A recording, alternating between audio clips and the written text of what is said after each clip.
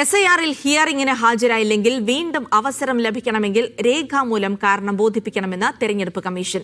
കാരണം ബോധിപ്പിച്ചില്ലെങ്കിൽ അന്തിമ പട്ടികയിൽ നിന്ന് പുറത്തുപോകും. രണ്ടാം തവണയും ഹാജരായില്ലെങ്കിൽ പിന്നീടൊരു അവസരം ലഭിക്കില്ല. തെരഞ്ഞെടുപ്പ് കമ്മീഷൻ BLOമാർക്ക് നൽകിയ മാർഗനിർദ്ദേശക്കുറിപ്പിലാണ് ഹിയറിംഗിനെ സംബന്ധിച്ച നിർണായക മുന്നറിയിപ്പുള്ളത്. 7 ദിവസം മുൻപാണ് ഹിയറിംഗിന് നോട്ടീസ് നൽകേണ്ടത്. നോട്ടീസിൽ ഹാജരാകേണ്ട സ്ഥലവും സമയവും കയ്യിൽ കരുതേണ്ട രേഖയുടെ വിവരവും ഉണ്ടാകും.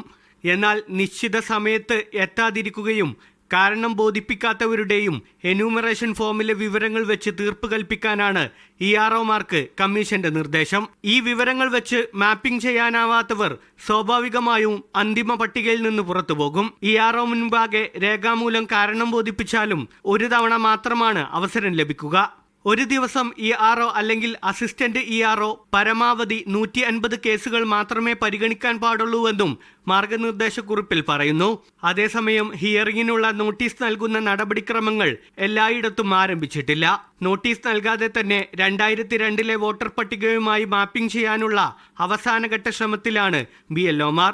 കഴിഞ്ഞ ദിവസം മുതൽ അതത് മേഖലയിലെ സാഹചര്യമനുസരിച്ച് ഹിയറിംഗിനുള്ള നോട്ടീസ് നൽകി തുടങ്ങിയെന്നാണ് കമ്മീഷൻ അറിയിച്ചിരുന്നത്. മീഡിയ 1 തിരുവനന്തപുരം.